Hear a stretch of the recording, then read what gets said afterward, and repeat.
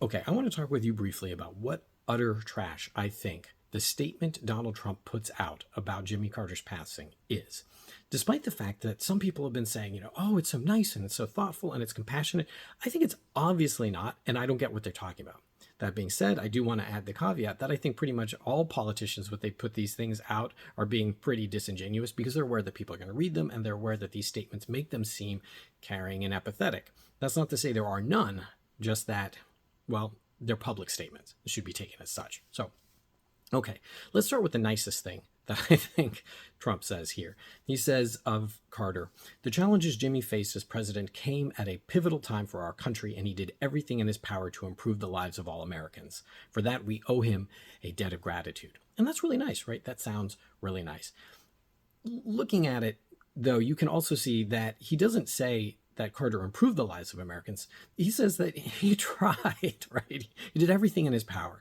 And that allows a consistency with the fact that Trump has said that Jimmy Carter was the most failed president in US history until Joe Biden, right? So like, oh, poor Jimmy, he tried to improve the lives of all Americans. Too bad he's such a massive failure, right? So it still allows for that consistency. Trump can't bring himself to say he improved the lives for many people, even post presidency. Jimmy Carter helped eradicate a disease that killed millions of people, or greatly reduced that disease. So like, it boggles the mind that he can't find it in himself to say that he actually did some good, not just tried.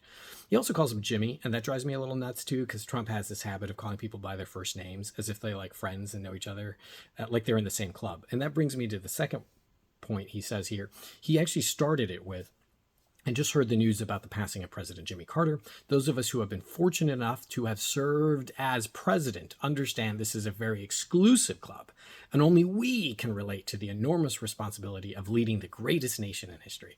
And man, when I was reading, I thought he was going to say those of us who have been fortunate enough to have known him, right? That's usually what we say. No, those of us who have been fortunate enough to be president, which I guess is gracious, like I'm lucky enough to have been president. But notice he's not taking a moment to say, those of us who've been lucky enough to know him, those of us who are aware of what he's accomplished, those of us who have inherited the responsibilities left behind by a president. No, it's literally like, look at the exclusive club that we're in. He was in an exclusive club. Are you mourning his death? I'm in the same exclusive club too. And you know what's really funny about exclusive clubs is they're exclusive. It's like he's in 1986, exclusive. In other words, they exclude, they leave someone out. Who do they leave out? The rest of us. So Trump literally just said, well, none of you can really understand the responsibilities of the presidency like me and poor old failed Jimmy Carter could.